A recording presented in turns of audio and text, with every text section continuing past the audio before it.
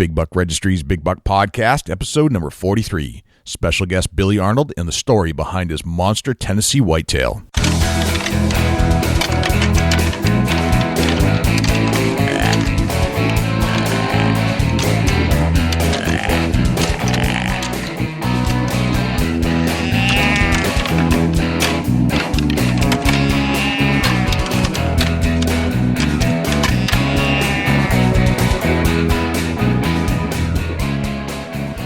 Big Buck Registry is a virtual museum of hunting stories. We preserve a piece of Americana by interviewing and recording hunters about their hunts and experiences from across the country. And who knows, maybe we'll learn a thing or two along the way that'll help us take our hunt to the next level. Hey, this is Doug Castrava from the Horny Buck Seed Company, and you're listening to my favorite podcast on iTunes, the Big Buck Registry's Big Buck Podcast. Welcome to the show, everybody. This is Jay Scott, your host of the Big Buck Registry's Big Buck Podcast, with your host and co-host, Jay and Dusty. Dusty, what's going on? Not a whole lot. What's happening, Jay? Welcome to the Big Buck Registry Big Buck Podcast. So we hope you enjoy the show. We got a lot for you tonight.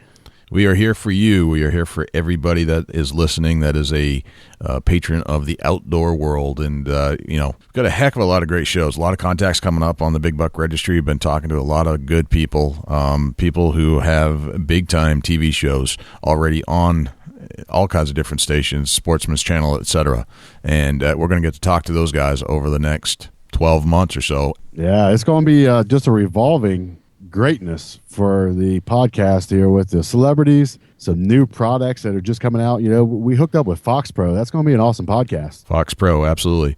One of the great companies out there making some amazing predator calls and things that are going to enhance your predator hunting across the board. And we've talked about this before, and it is, if you're a deer hunter, you really need to be a predator hunter too, because it's going to enhance your deer hunting. And quite frankly, the predators are just more abundant. I mean, they're too abundant. They can destroy a herd. There's a balance. I'm not saying to go out and slaughter them all, but there is a balance we need to maintain. I think we just kind of forget about it. We don't tend to get out there and actually hunt predators in general. So what we're saying, folks, if you guys need to be tuning in every Saturday at 5 a.m. Yep, every Saturday, 5 a.m., you got to tune in to the Big Buck Registry's Big Buck Podcast with your hosts, Jay and Dusty. Tell your friends, if you hunt, tell your friends that you have this great show on iTunes that you like to listen to. You can also go to our websites, bigbuckregistry.com, and always pick it up there as well. Dusty, I've got an amazing guest on the show for us today. Awesome. Tell us about him. You ever heard of Kari and Billy, the Kari and Billy country and western duo? Yeah, actually I have. They're starting to get a pretty big name out there. They are. They're getting very big. They're going to a lot of the shows. We want to see them at the Great American Outdoor Show next year. We actually had Kari and Billy on the show back in June when we were talking to them about country and western music, and they wrote this great song called Whitetail Ridge, and that's what kind of drew us into them, and we thought that was awesome. I mean, they're just feeling it. They're passionate about the outdoors. Great country musicians, super talented. So, and here's the kicker: is that Billy's as talented as a hunter as he is a musician. That's the crazy part. You don't usually get both. He gets one or the other, but he has harvested what is probably going to be the next Tennessee buck record, the state record for the state of Tennessee. Awesome. Unbelievable. And he showed some pictures on Facebook, just this huge, inches, like beyond inches in an antler world. And we need to break it down, get into the big buck breakdown, and figure out how the heck he did it. Let's break it down. Let's break it down, man. Let's get Billy. Billy, welcome to the Big Buck Registry's Big Buck Podcast. Hey, how you doing, man? We're doing good. You are our first repeat guest on the Big Buck Registry. Well, that's pretty awesome. That's an honor there. I think it's great. And, we talked to a lot of people, and we don't usually get a repeat visitor because, we're trying to cover different content. But in this case, you actually fit the mold perfectly. Not only do you write great music about whitetail hunting, but you also shot a ginormous whitetail this past year. Yeah, man, it's been a super cool year. It's really neat with writing songs about hunting. It's always been a huge passion of mine, but I didn't get into really writing much about stuff like that because it's just tough to write a hunting song. And you want to write something that people like, and not make fun of you, but there's so many terms we use out there hunting that it'd just be tough to put them into a song. So it's been really, really cool getting to see the responses that Kari and I have gotten through recording, Whitetail Ridge and just that kind of stuff, and traveling around playing different shows. Some of the shows that we've done are charity events that are kind of at hunting camps and things like that, and others are just events, where it's just an all-out outdoorsman event, and they hired us for entertainment. And so it's really neat to be on that side of things. And then as far as hunting, to get a deer like I got this year, I've said it to about everybody I've talked to so far. I've hunted for years and years and years, and I hunt hard. I try to hunt smart, and I really am just fanatical about it. But none of that guarantees you that you'll ever even see a buck like this. He's just incredible. I'm still on cloud nine. Can't believe that I was given that chance, man. The Lord blessed me with that opportunity, and I prayed over and over. I just prayed that if I got the opportunity at this deer, because I got pictures of him back in July, and I prayed, Lord, if I just get a chance at him, just calm me down, let me make a great shot. And I was even really specific. I said, Lord, if I make a shot on the deer, please let it only run about 40 or 50 yards top. Right. I just wanted it to be extremely ethical, and a deer like that is just magnificent. Yeah. I mean, to even have a trail cam picture of a deer like that. He had what turns out to be 25 scoreable points, and it's just tons of mass. He had around his beams between G3 and 4s, I believe, 7 and 7/8 cents mass measurements. So just crazy big deer. And see, I can tell you're excited because man, and you're reliving it as we speak right now. Absolutely. I love it. You just can't. I went on my bow hunt for the first time. I went bow hunting. It was 27 years ago. So, and I'm not one of the guys that does it a little bit, and it's kind of a fun hobby for me. I mean, there's been times where I probably borderline needed help, because I just do it too much, and I love it so much. I love to bow hunt, and I have to really fight the urge to spend all of my time doing that. I have to try to make sure I'm being a good husband and a good worker and all those things as well, but I've spent so many years and so much time in the tree stand in the woods and scouting and trying to get better at hunting, and tell you, but it just doesn't ever guarantee you a deer like this, even with your own eyes. That's to even see a deer like this in your lifetime is it's against all odds, and it is exciting. I can't believe it still. Even every time I look at the pictures or hold the antlers, just can't believe it happened for me. Right. And Billy, you were on our show back in June, and we were talking about Whitetail Ridge, which is a story about a place that grows big whitetails, and how it's important to get, or the feeling you get when you get outside and you actually go hunting. And Kari was on the show with us at that time, and so you're familiar with the country setting. You're familiar with getting outside and hunting. Where did you develop those passions? Well, I believe as a kid, I think it was in me all along. I remember as far back as I have memories, and I can remember when I was really, really super young. I would even like to watch a cat out in the yard stalking a bird or a squirrel. I was crazy about it. I always liked that kind of stuff, even as a tiny kid that wasn't hunting anything yet.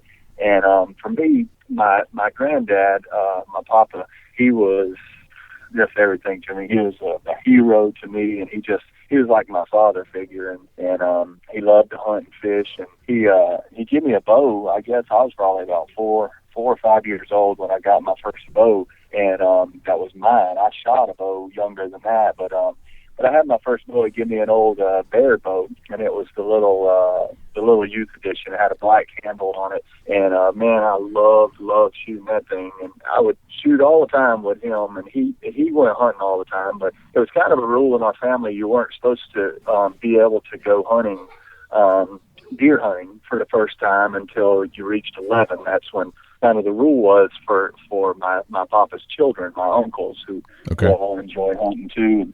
But with me, when I turned 9, he took me hunting for the first time. So I kind of got to break the mold because I just pestered him so much about going. And I just all the time, I remember he would get up at like 2 a.m. and he would be headed up. We lived down in South Florida at the time, and he would be getting up and headed up for Perry, which was up kind of going up toward Tallahassee. And it just seemed so cool to me as a kid, just like they were getting all the camping stuff together the day before, and then they would go and they'd bring home these deer and hogs and stuff, and I could not wait to go. But so that's kind of where it started for me, is just having such a respect and love for my uncles and my granddad, and watching them do it, and them taking the time with me. I think that's the most important thing you can ever do with kids these days, just take up time with them.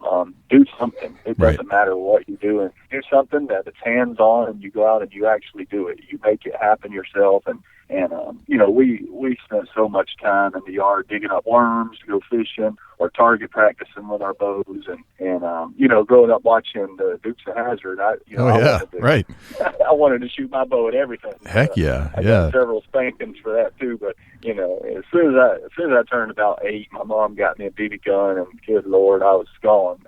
You would not find me. That's all I cared about, is having BBs, and when I would run out of BBs or even getting close, I was pestering somebody about going to get me some more. And so, you know, I just always loved hunting and chasing after things. And so it's been my whole life that I've wanted to be out in the woods and hunting and fishing. Right. I think Dukes of Hazzard was on just after The Incredible Hulk, if I'm not mistaken. Absolutely, man. I used to watch that stuff, and I would sit there and watch, and I can tell you, man, you go sliding across the hood of your mom's car, pretending that you're Bo Duke, and that'll get you a spanking. And if you light an arrow on fire and shoot it at anything, well, there's another spanking for you. So, so it was definitely, you know, those shows were funny to look back on watching, but boy, they sure get you in trouble. They got you in trouble. They were the best. And my dad had this old yellow Subaru when they first came out, when Subaru was just kind of being introduced in the U.S., and it was a stick shift. And I remember we'd watch Dukes of Hazzard, then we'd sneak out and get my dad's Subaru, and we'd have the parking brake on so we could shift and, you know, push in the clutch, pretend like we were flying, and jump in and out of the windows. But one time we accidentally let the brake off, and we rolled all the way down the driveway into the garden, which is a good 200 yards down the driveway. So we got in a little trouble on that one. Yeah, I'm sure y'all got that sick feeling where you feel like all your blood just left your body, and you knew you were getting it bad. But you know, it teaches you. It definitely teaches you character. We grew up watching The Fall Guy and Incredible Hulk and Dukes of Hazzard, and so we were training to be stuntmen. We were training to be ninjas, and we just but you know, it was a different time period. We were so absolutely physical, because everything that we did in our imagination, it was just as real as it could ever be, you know. And I think that it makes you competitive, it makes you agile and athletic, because you're constantly just trying to do everything you're seeing on TV, you know. Absolutely. There's something about getting outside, actually. You know, you're very physical. You're just moving around, you do anything, you're jumping, you're hiking. I remember just going miles and miles on my Schwinn BMX bike, where I'd have my fishing pole and my tackle box, and I had a system. I'd bike out a good 10 to 15 miles on my BMX bike just to get to the fishing spot where I wanted to go in the stream, and fish the entire stream all day long. And that was some of the best summers I can ever remember. Yeah, sounds like perfect time. It was awesome, but it was a physical aspect. You were outside a lot. There was, you weren't sitting around. If I wasn't doing that, I was playing baseball. And that's right. And that sounds like childhood for us. You know, we basically every day, you know, my mom saying when we would get up is get out, right. You know, and then because we weren't supposed to go in and out, you know, so we chose out. And we always, I mean, it was not like we just loafed around. When one activity was done, we were already picking the next thing we were going to do. And if it was fishing, it didn't matter. We were allowed to pretty much go wherever my mom knew we were going to stick together, and that didn't keep us from getting spankings or getting in trouble for where we would choose to go. But you know, we would go. If we passed a fishing hole somewhere, we didn't know how many miles it was to go back to that place. We just would go. We would set out, and if we knew it was 6 or 7, 8 miles to get to the place, we would get up and leave as soon as, you know, it'd be just breaking daylight. We may take off walking. That way we could still get there in time to get some of the morning fishing in. And so it definitely was a different lifestyle. We didn't have video games and all that. Right. Well, Lord knows, even if we did, we were not going to be allowed to sit in the house all day. Yeah, and sure. Definitely a different time than it is today. Today, the advent of cell phone technology, smartphones, iPads, computers, we didn't have all that. I mean, the computer thing was just starting to take off. It was introduced not really into homes as much as more in the school systems where they first were coming in. But we didn't have a reason to sit down and stay in front unless you wanted to watch TV. But even then, all I got was TBS for the most part.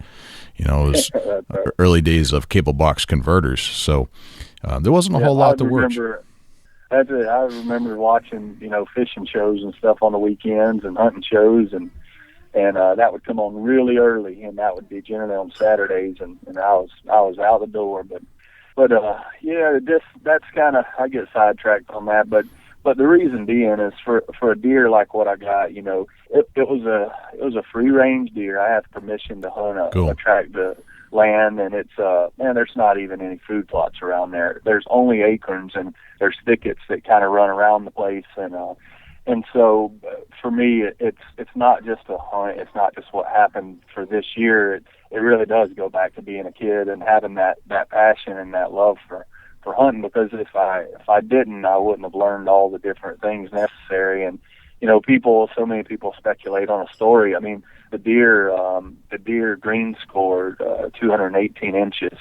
So, you know, people, and in Tennessee, so that's what people, you know, they're going to start saying ranch or high fence, or that's a breeder buck, or all those types of things, which the areas that I hunt in Tennessee, I don't even know where there's a ranch anywhere in that part of the world. I have no clue. I mean, I know they have those places in Illinois or Iowa or wherever. They have big ranches in Texas and all that, but where we hunt in Tennessee is kind of woods, and there's some areas that we have that have soybean fields and corn fields and stuff like that, but this particular area is just only woods. It's just hardwood, and it's kind of a draw that runs through. But it's a culmination of all those years, because you know, people wonder about the story, and they say, oh, yeah, that's not hunting. You go out there and do this or that, but they don't know the real story. I mean, I got pictures of the deer, you know, probably, I think I've got maybe the first pictures in June, and that's when it was. The first pictures I got were in early June,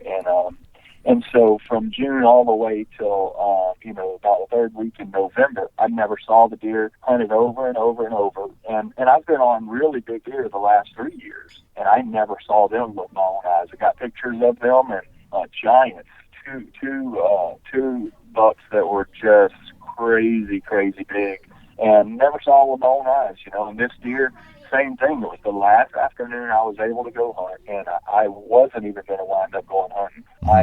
You know, and people wonder how did the story go. No, it wasn't a quick thing. I hunted over and over and over all season. Every single chance I got, I was in the woods, and never even ever laid eyes on the deer. And this particular afternoon, I was doing some work on the computer, and just kind of setting up our routing and stuff like that on some of our tour schedule. And Kari had some errands to run because we were fixing to leave town. We were getting ready to leave town, and that was pretty much my last afternoon to get to go hunt. And I didn't even ever have pictures of that deer in the afternoon. In 6 months, I had one picture where he walked by there in one afternoon. Okay. So there was just not high hopes of seeing him in the afternoon period. The only pictures I'd ever had of him was morning time. But Kari was out running some errands, and I was kind of busy on the computer, and I got lost in doing that, and the wind was wrong. I had this idea to hunt. I thought, you know, I'm going to go pass my lock on and take my climber and put a climber up. I'd not done that all season. I hadn't even tried that, and I thought, but if I go just past there and get up, there's a slight chance that if a deer came through between me and my other stand, then they would be upwind of me, and it would work. Otherwise, in all other directions, I would have been messed up. But since it was last afternoon, I thought about that. But then I just gave in and said, no, there's no way. I'm not going to see the deer. I've hunted my butt off this year, and I'm just not going to see the deer. You know how big bucks are, and, Yep. and especially in the afternoon. But Kari called, and she said, hey, you've got some hunting stuff in the car. Do you need it? I'll turn around and come back to the house if you do. And I said, well, my bow is in your car, but don't worry about it. I changed my mind. I'm not going to go this afternoon. I'm just going to stay working on this computer. And she said, are you sure? I don't mind coming back, because you probably need to go. It's going to be about your last chance. And I said, no, I'm just not worried about it. The wind's wrong, and anyway, I probably just won't see the deer, period. So it was just over. Because we were leaving town, and that was going to be it. We were leaving town then, and we were not going to be back until in January. Then we were only making a pit stop, and we had to leave again immediately. So Wow. there was not another time to go hunting for me. Gotcha. And, Gotcha. So I said, no, I don't worry about coming back. And she said, okay, well, I'm going to go and vacuum out the car and everything. So I'll be back in a little while. And I said, okay. And so that was it. That was my season. But then a few minutes later, she walked in, and she said that she had put her money in the vacuum cleaner at the place, and it took her money, and it didn't work. So rather than staying, she just left and came back to the house. And that was the only reason I was even able to go there, because my bow was in her car. And at that point, when she came back in, she said, you really ought to try to go one more time. And I said, well, I looked at her and I said, well, I guess what's the worst could happen if I go and don't see anything? Then that's the same thing that'll happen if I sit here on the couch. I'm guaranteed not to see anything here. So, Gotcha. So I jumped up, I got a quick shower, and I took off. And I grabbed my climber. I went past where my lock-on is, and I got up a tree that kind of goes up the hill. Mm-hmm. And I thought, well, I have one shot. If a deer came out of the thicket and kind of stayed below me, then he would be upwind of me. Anywhere beside me or behind me, and then that'd be it. The wind's just wrong. And, well, as far as equipment, we're sponsored by Bowtech, and so I had my Bowtech. I had a Bowtech Extreme, and so that's what I was using in the afternoon. And my tree stand, I have a couple of different ones, but the climber that I carried in was an aluminum old man stand, and I was not very far at all from my lock-on, I was not very far at all from my lock-on, but the reason I carried that stand that afternoon was because of the wind. I thought it would be it'd be a lot easier to hunt the lock-on, but then the wind was just it was blowing out of the north that day, and I really needed a south wind to hunt there. And I just gambled. I went up the hill a little bit, got in my got in my climber and climbed up a tree. And I thought, the way the wind was kind of going, if anything came, that there was basically one way that the deer could come. And if they traveled and cut across this inside corner, then they could wind up upwind of me. But all the direction behind me, that's where I was kind of going to be dead in the water. But there was no other real way to hunt that particular spot. And so that's what I did. I just tried it. That was the only afternoon I did it. And I had hunted, I'd hunted that same area over and over and over and over all season, and just never saw the deer, never laid eyes on the deer. And of course, you have pictures before season, and then as soon as they shed that velvet, they just become scarce. They're gone. The ghosts of the woods. Yeah. It always happens like that. They do, and I did get a couple of nighttime pictures of him on one of my cameras, and it was really cool to see that he wasn't broken up. His rack he's got a very gnarly rack, but he wasn't broken up or anything. And so it was definitely a relief when I did get pictures of him, because I just kept thinking, sure enough, he's going to wind up being all busted up and everything like that. But he wasn't. It was, he was in good shape when I did see him, but still, I only saw him through a trail cam picture, not with my own eyes. And I've done that several times before with other seasons where, you see trail cam pictures. It looks like, boy, I can't wait till season gets here. But as big bucks will do, they have another pattern that they like to stick to whenever they got hard horns. And so far, he was following the same MO. It just looked like I wasn't going to get a viewing of him, and that was the last afternoon. From then on, the next day I was going to be super busy getting everything ready to go, and then the day after that we would be gone. So you had a chance at this deer. Basically, you knew he was kind of in the area, but not you weren't really patterning this deer at all. from the sounds of it. No, Like you and didn't, I tried. right, you tried, but it wasn't working out. Absolutely. I took every picture of deer that I got. I went through and analyzed what the wind direction was on a given day, and the pictures of him that I had from earlier on in the season, I looked and I figured out what the temperature was that day. I figured out what the wind direction was. I figured out, I looked at every little variable. What was the barometric pressure doing? What moon phase were we in? I was trying to figure out anything that would give me a pattern to what he was doing. But, it was all just kind of random things. And then the other deer, I did the same thing with them. I started looking at when were does coming? Was there anything that kind of connected the dots with even a does showing up? Because I figured that, if I don't see this deer until the rut, that's my chance. Maybe one of these does will come in the estrus and I can be in here and maybe he'll just be tagging along with them for that 48-hour window or 24 hours, whatever the time frame kind of shows. And so I started analyzing every little thing I could, but at the same time, none of that makes them show up in daylight hours and show up at all, because that was 6-7 weeks at a time that I wouldn't get a picture of at all. It starts to make you wonder if all the scouting and tactics that you laid out is really going to be working for you. It makes you second think everything you've done all season. Yeah, it does. You get to where you're so frustrated. You've got this deer, and I didn't know how big it was. I knew it was huge, and I knew it had a lot of points. And it's just so hard to gauge what a deer is going to score when they look like this one. It wasn't a typical frame, so it wasn't like you could just look at the points and say, yeah, I think it's going to be this big of a deer. It was such a gnarly deer, and it looked so massive. But I just couldn't tell. But I really, really was extremely scent free in the way that I would get in and out of this place. The way that I can hunt this particular place, you don't disturb anything, and I had it that way for a reason. I would go right to my stand, and I would ease right back out of there, and I didn't mess around much, and I was extremely cautious about any scent that I would leave behind, and there were plenty of other deer that I would see that were routine deer that would come through, and other bucks pass by me, and you could tell that nothing seemed disturbed. Nothing. I didn't shoot any other deer. I had one deer on my mind, but it's still the same with a deer like that. They become extremely nocturnal, and he just wasn't showing up. And as it does, right when you think all hope is lost, and you just feel defeated, perseverance pays off. And again, if Kari hadn't encouraged me to go, she could have just as easily said, well, what's for supper? Let's figure out what we're going to eat. Any little thing, at that point, you're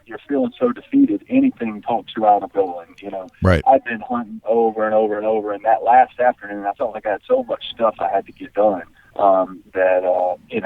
And also, like I said, in 6 months, I had one afternoon picture, so I really did not feel like the odds were with me.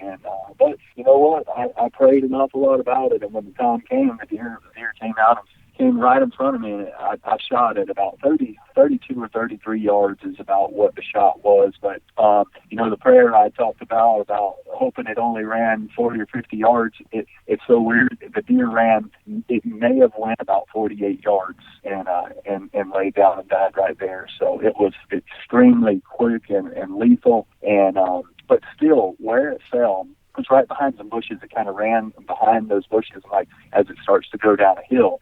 So all I knew is it looked like a good hit, but I immediately started texting and calling my buddies saying, hey, I did it, because I was so discouraged leading up to that. I didn't think I was going to ever see the deer, and I'd hunted so hard and hoped so hard and hoped that I would see him, But so that evening I just started texting and said, hey, I did it. I shot the deer. Say a prayer for me. Just pray that I made a good hit. Just pray that, it's a perfect hit.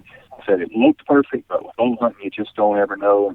So all I did, I waited there till it got about dark. So I waited about 40 more minutes, and I got down, grabbed my arrow, and just took off and got out of there and went to tell Kari, that I got the deer. I shot him, and she thought I was kidding for a second.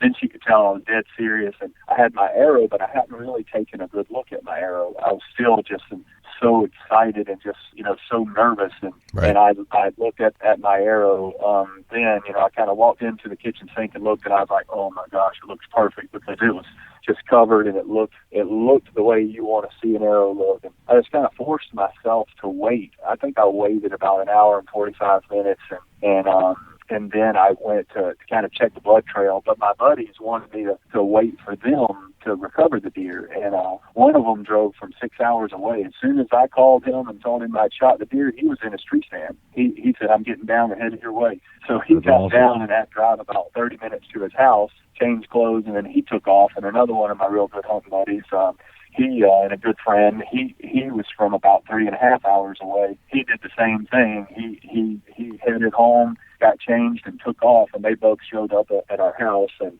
they just wanted to celebrate with me. They know how much hunting means to me, so they went with me to trail the deer. It was a short blood trail. It really, it turned out the bushes that I saw the deer kind of disappear behind, he went right there and apparently fell over. He kind of fell over back towards me. He was just laying there, and it was probably, he might have made it 45 to 48 yards tops, and still, until I got my hands on his antlers, that's the moment I thought, man, this deer is a giant. And pictures, you can only tell so much about them. And to put my hands on the rack and start counting, we counted 27 points on there. 2 of the points are just at the 1 inch mark, but all the rest of them are really definable. They're 3, 4, 5 inches long at the shortest, So, and he had some that were 13, 14 inches long, and just tons of mass. And we green scored it that night at 218, and I think it was 218 and a quarter. And we got an official official Buckmaster score the other day at 210 and a quarter, and I'm getting it scored by an official Boone and Crockett score this weekend. So whatever he comes away with will be the official Boone and Crockett score. So wow, that's a big deer. Holy smokes! Yeah, just giant, just a huge deer. And it's really cool. Kari and I play a lot of different, we've done dove hunts where we've performed, in all hunt community, at lodges, and we've done mossy oak events, and we've played at the ATA show. And so it's just really neat to now have this deer, because we've got different magazines and things like that are, not only are they putting our story of the deer in there, but musically, because it all ties together. I'm able to hunt around our touring schedule, and sometimes our touring schedule slows down, but a lot of times it's wide open, and you just have to take what you can get, Right. And then on top of that doesn't guarantee you the days that you have to hunt that the weather is going to cooperate. So it's all so circumstantial. So Billy, did you, back when we spoke back on the last podcast on, I think it was episode 12, episode 12 back in June, you were starting to see some pictures of this deer at that point? Yeah, and I think right around then is when I think it was at the first part of June is when I got the first picture of that deer. It was it only stuck its head in the view of the camera, and there were 2 other really big deer that I was getting pictures of, and I was really impressed with them. And then I got that picture of him and didn't get another picture of him for a while, probably 6-7 weeks. And when I got the better look at him, even that picture, it looked like, holy moly, how many points does this thing have, and how massive is that?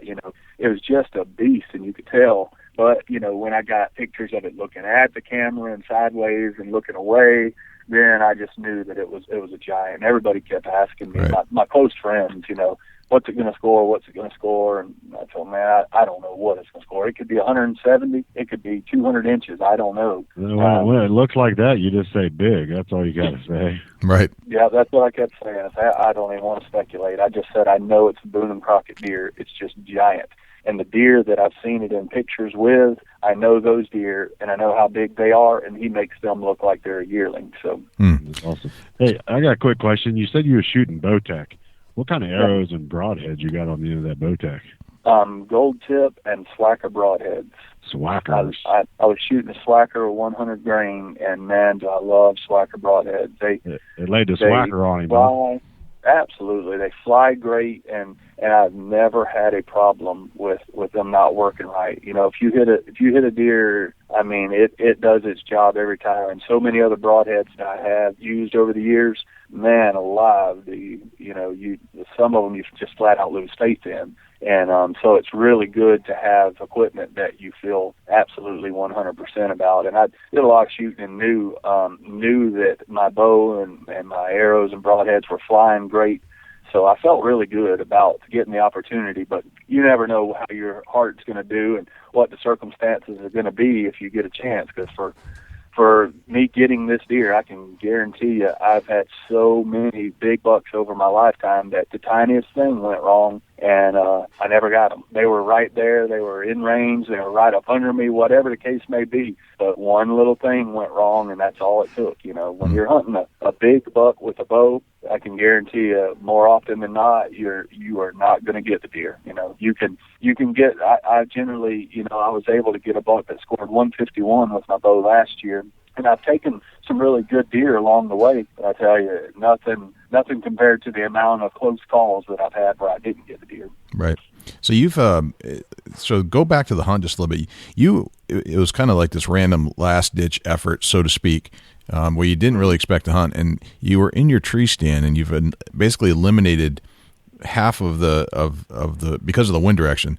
You figured that you've got a 50% chance just because of the wind direction that was going on at that point. Is that accurate? Yeah, that's just about right. I had, you know, if the deer came and kind of crossed in front of me where I was looking, then I would be golden. If it came from anywhere else or tried to cross through at any other point, I was gonna be sick or never even know it. Otherwise, most big bucks that you ever spook, you never know it, you know. And so I'm just really, really particular about that and about my scent and everything. You know, I always am.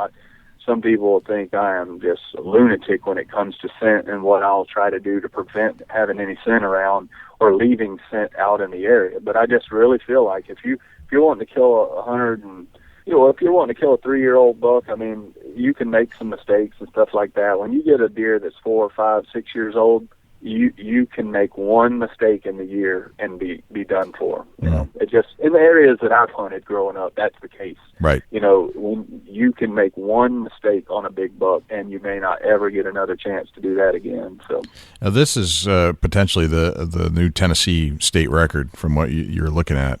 That's right. It should be the current record. I think is like 189. Okay. With the bow, and even the most conservative measurements right now have it netting between 2.5 and 2.10. Wow. Okay, so this could potentially blow it away. Yeah, that's right. It's a big gap. I want to just expand upon your fanaticism when it comes to scent control. Can you give us some of the items that you use to make sure you cover your scent in some of the things you do in the field? Yeah, you know, it just depends really on a lot of the different places that I've had. There's been times where I've hiked a ways back, took a bath in a creek with clothes that I had bagged up in my backpack, and then I sealed the clothes that I was wearing that were not just regular street clothes. They were hunting clothes too, but I would bag them back up, put them in the bag, seal it up, and leave those clothes at the creek, and then head the rest of the way into my stand.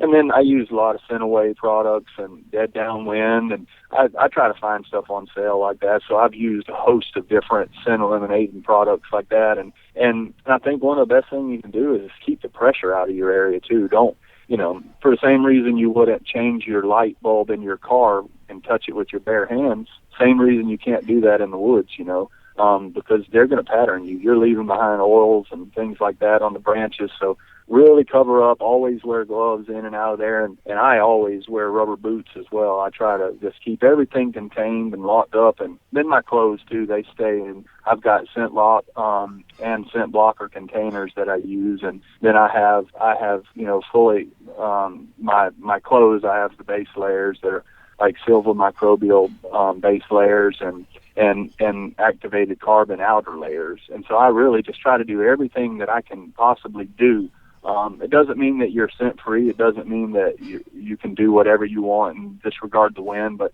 if it can minimize your scent, I've found that just all it can do is help. And whenever if you're out after meat or whatever, it's a whole lot different. But if you're out there and you're really trying to trophy hunt and you've got to do everything right, and then you've also still got to get extremely lucky. That's my take on it anyhow, and so I'll do anything that I can think of to keep my scent in check.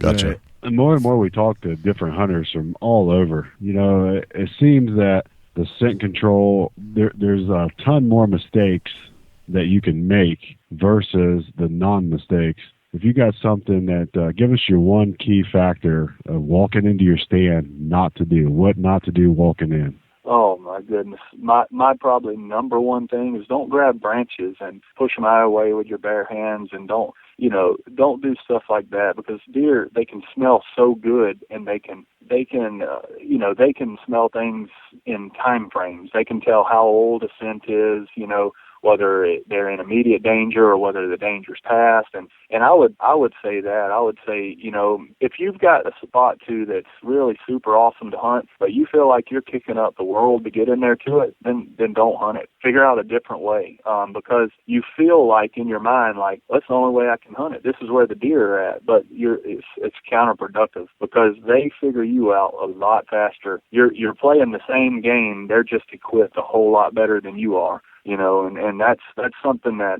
and another thing that I do a lot is baking powder, like baking soda. I just coat my boots with that stuff. I put a bunch of it in my boots. That way I really feel like it's a really, really good scent eliminator. It really helps a ton, and so I even with rubber boots, I still pile that stuff, and I do it all the time. As soon as it feels like it's kind of like I can't feel it on my feet in my boots, I'll put some more in there, and I just keep doing that all throughout the season, and I really do feel like that helps an awful lot. That's very interesting, because you can throw a baking soda in your refrigerator, and it pulls any kind of odor or scent that's there gone. Absolutely. That's a great tip. Baking soda. Thank you. I really feel like it works. I've seen times where I've had deer and the wind shifted and the wind was blowing right at them, and they get alarmed, but sometimes it's just a faint enough scent, if you've done everything right, that they know you're there. They know something's going on, but they're not as flighty as it would be if you just got off work and walked out there, and then the smell that they get is overwhelming, and they know. I think sometimes if you can keep your scent dampened enough, you might be able to fool them into thinking that, yeah, you were there, but you've already gone, and so that's, I just try, whenever you're still going to get outsmarted 9 times out of 10 or 999 out of 1,000, but you just got to try everything you can do, and also try anything that you can do that's going to make you feel confident, because if you feel confident, you're going to stay longer in your stand, and you got to be out there to have a chance. Yeah, that's for sure. Yeah, and I'm gonna back up just a second here. Talking with you there, and you saying that a mature buck really doesn't let you know that you've been discovered, and that's a fact. I'm fortunate enough to hunt some nice deer, and you are too. A quick experience with me, and I know you've probably seen the same thing, but I had a real nice 5.5-year-old come in. He bumped my scent, and he was downwind of me, just caught just enough. He turned around, just kind of eased back out. Never made a blow, never made a sound. Didn't even know he was there. I put a visual. No, he doesn't want you knowing anything, but he knows, and he is gone. And a lot of times they'll repattern if they feel that they're being hunted. Yeah, they'll change up everything. And then again, like I say, there's times where I've hunted all my life where there's a lot of hunting pressure, and sometimes you get one mistake, and then I've had times where I had one mistake that I made. Not only did I not get that deer that year, but then on as it went, I wound up never getting that deer. And not that I didn't hunt them hard and try to hunt them smart, but they just, sometimes if they get it figured out, you're in trouble. But Billy, if you could just tell us real quick, how was the venison? Oh, awesome, man! We love eating deer meat, always have, and so it is awesome. And that to me is like, oh, what a bonus hunting is in general. But even if it was out of sheer necessity, deer meat is one of my favorite meats to eat. I love steak, I love pork chops, all that stuff. But But man, deer meat, oh, it's so good. Gotcha. I probably don't eat it the most healthy way that you can eat it.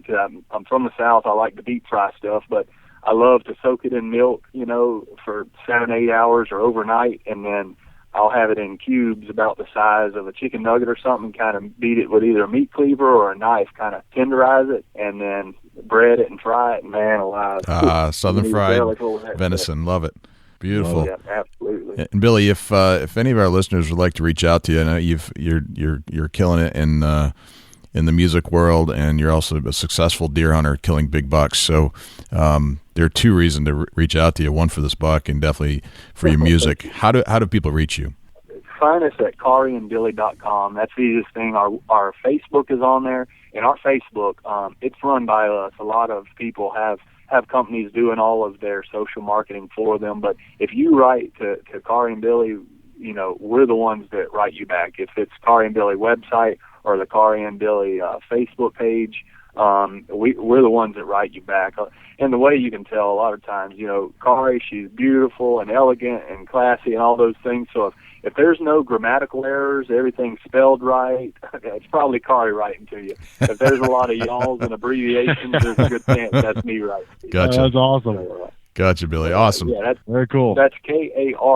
That's how you spell Kari's Kari. name. So if you just Google Kari and Billy, we're the first thing that pops up. Very cool. Awesome. Well, we appreciate your time, Billy. We'll let you get back to dinner and getting on the road. Thank y'all. Thank you. Yep, thank y'all so much for your time, and thank you for wanting to share the story. It's a buck of 10 lifetimes, and for everybody out there that this reaches out to, believe me, it's an honor, and it's one that I never would have dreamed in a million years it would happen to me. And so it's definitely a deer that's celebrated and appreciated, and I feel blessed to have been given a chance at a deer like this.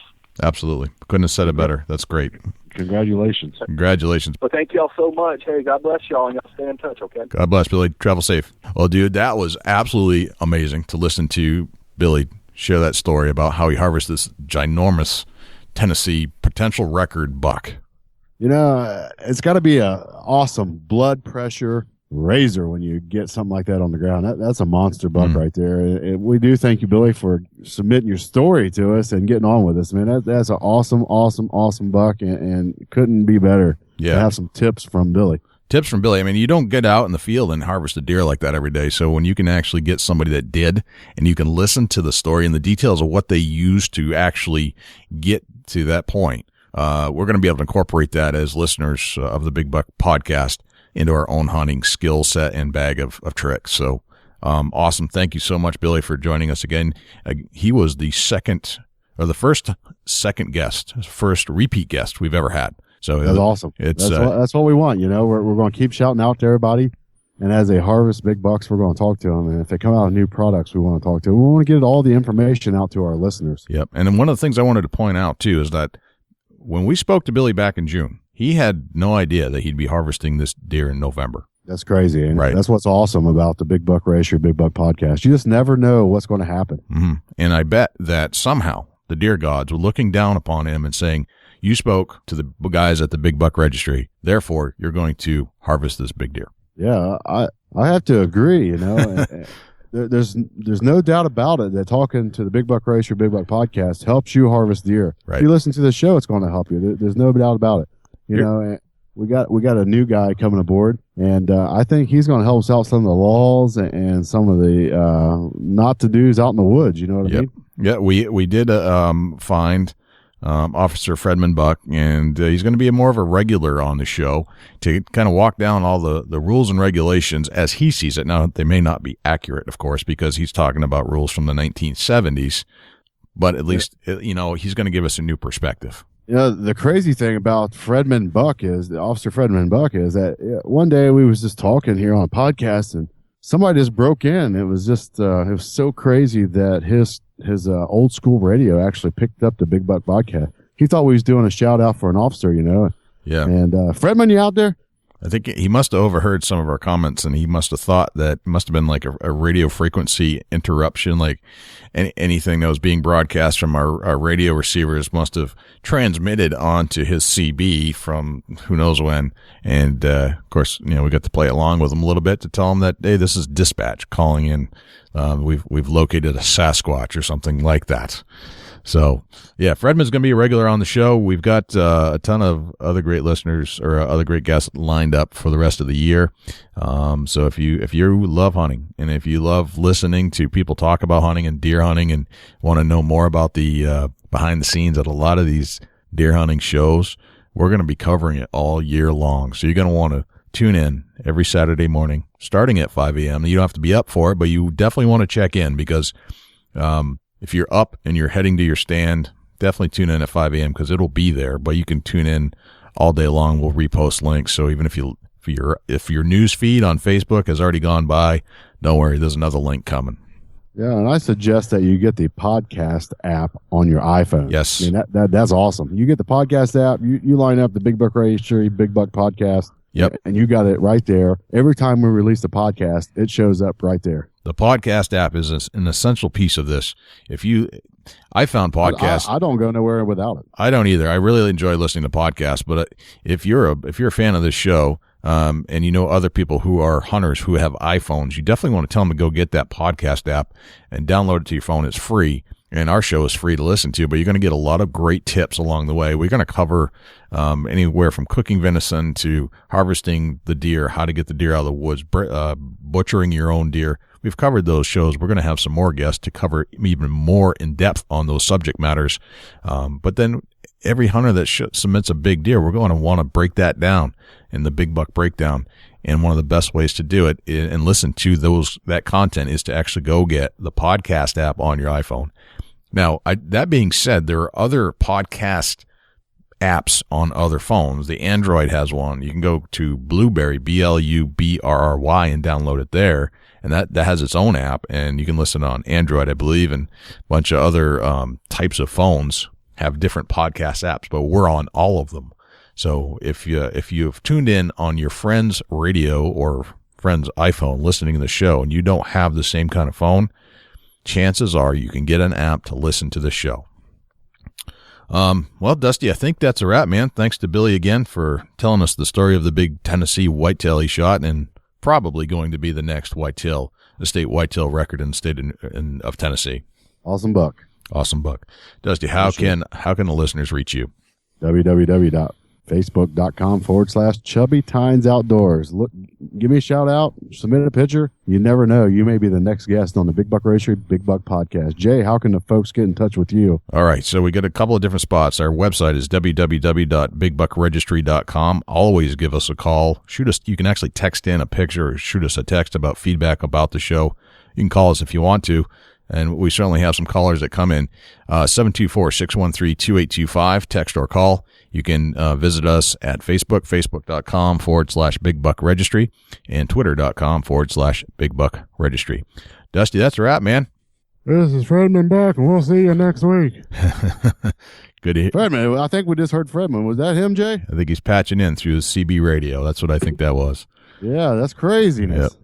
Hey, folks, we like to call you guys friends out there, too. You know, not just a fan of the page, but of the Big Buck Registry, Big Buck Podcast. But it seems like more and more that we get to know everybody, you're becoming some awesome friends. And we like that, you know. Mm-hmm. It's all about getting their name out there for hunting big bucks, what you shoot, what you harvest, how you do it. You know, and we're going to start calling you more of friends than we are fans. Absolutely. It's our community. It's our friends and community of the Big Buck Registry. We're just a piece of it. You guys are the glue that makes all this stuff stick. So you got a great story, submit it, get with us, get in touch. We want to hear it. Not only do we want to see the plaque and the pictures, but we want the full story on this show. That's how we're going to record it for and archive it like a museum. That's what we are, a museum of deer hunting stories. All right, man, I think that's a wrap. I'm Jay Scott. And I'm Dusty Phillips. And this is the Big Buck Registry's Big Buck Podcast. See you next week. Can't wait.